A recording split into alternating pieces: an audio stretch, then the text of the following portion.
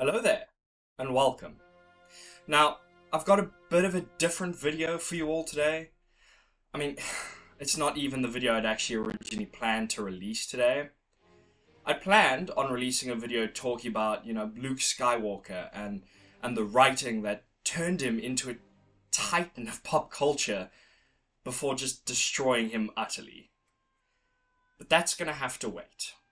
See, last week, there was a flood of articles that came out, once again denouncing Star Wars fans as racist and bigots, and doing its damnedest to just haul the fans through the mud, again.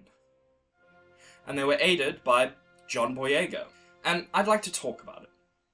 So, today, I'm going to be diving into racism in Star Wars, a heady topic that most aren't going to enjoy, because I'm sure that most fans are just sick of it at this point, and most everyone else just believes what they read online. So, let's begin, I guess. So, John Boyega was being interviewed for a new documentary that, as I understand, is basically about the trials and tribulations facing black leading men in Hollywood. Now, honestly, this sounds like it could be quite an interesting documentary. I mean, there's so many fascinating points to touch on. But it's Boyega's comments that have really stirred up the hornet's nest again.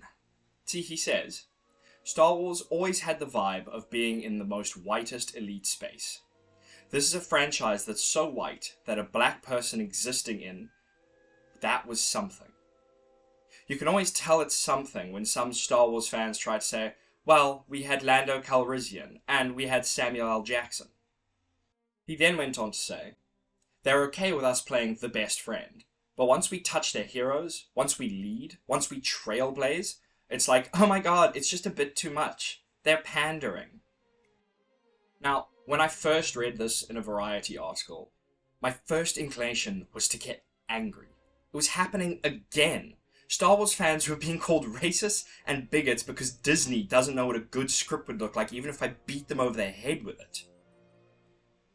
But after a few days of reading and kind of rereading Boyega's comments, I'm not really sure they were an intentional swipe at the fans so much as an incidental one, which is a pity.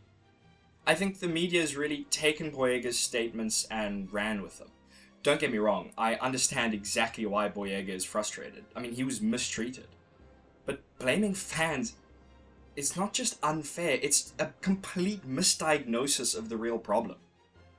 In these comments, he seems to be placing the blame squarely on the shoulders of fans, and that's not fair. I wonder how many of you actually remember what it was like over 10 years ago now. Bloody hell, over 10 years. When The Force Awakens first was announced.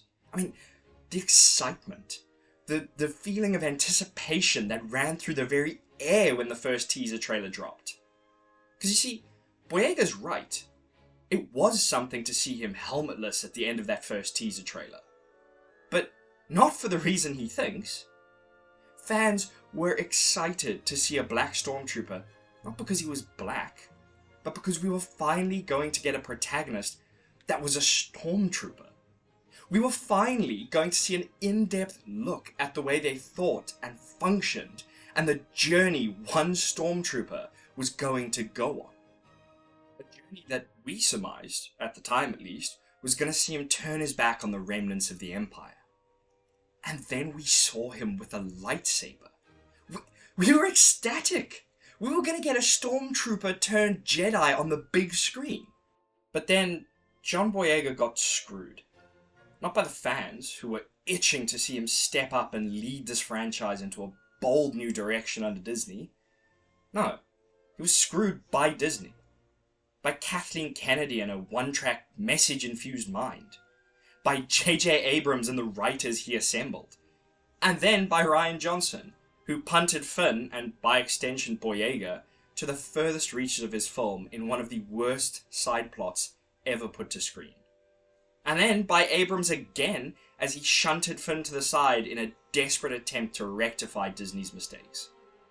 It seems to me that Boyega has forgotten the backlash that occurred when fans found out he'd been shrunk on the Chinese posters for The Force Awakens to appease Chinese sensibilities.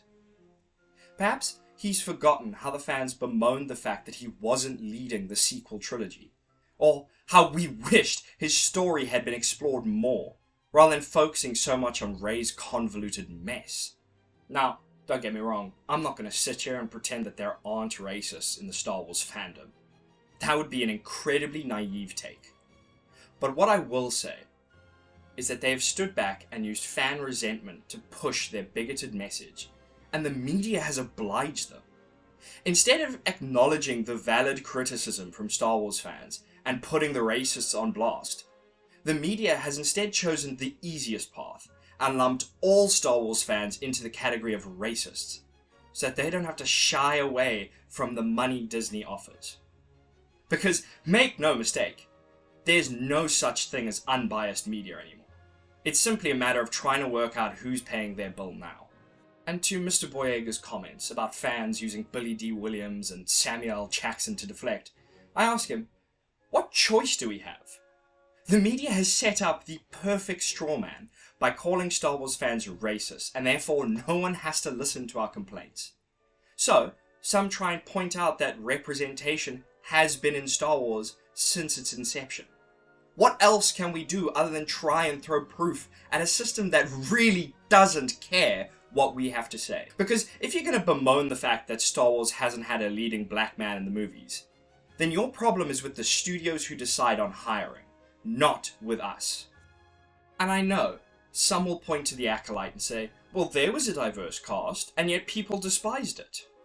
The Acolyte was an unfortunate mess of a series that used a diverse cast as a shield for some of the worst writing and acting ever put to screen, by a showrunner who cared nothing for Star Wars and what it meant to people, instead forcing a message and her own need for self-validation down the throats of her audience.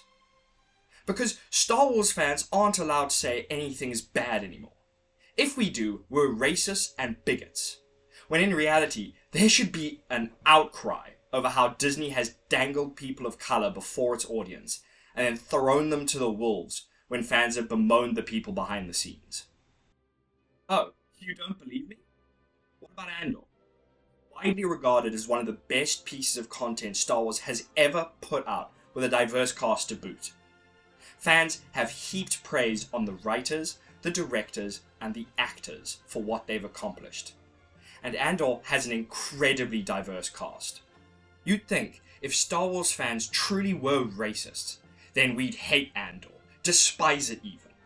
Instead, it's been praised and regarded as the one thing healing the rift among Star Wars fans. All because Andor features organic diversity in a way that makes sense, while a project like The Acolyte wallows in performative diversity. And the worst part about Andor is that not enough people are watching it. See, most are just too fed up with Disney and their handling of a franchise that was once considered untouchable. So yes, Mr. Boyega, you are correct. It was certainly something when you appeared in a galaxy far, far away. You were a new hope. A promise that the torch George Lucas had passed would be respected, revered, and left in good hands. And through no fault of your own, you did not live up to that promise. But not because of the fans, who wanted nothing more than to embrace you, but by the corporation who saw nothing but money, and who were willing to do anything to get it. Who'd virtue signal for the modern Western audience, while shrinking a black actor on a Chinese poster to chase box office numbers overseas. A studio who'd listen to fan outcry over their poor writing and directing and the general direction of their story, and throw their actors and showrunners out there so that they wouldn't have to accept any criticism. Because after all, how could you have made a bad product if you were shoving the right message down your audience's throat? Congratulations, Disney. You turned a $4 billion IP into a dead brand. But don't worry, it's our fault, isn't it?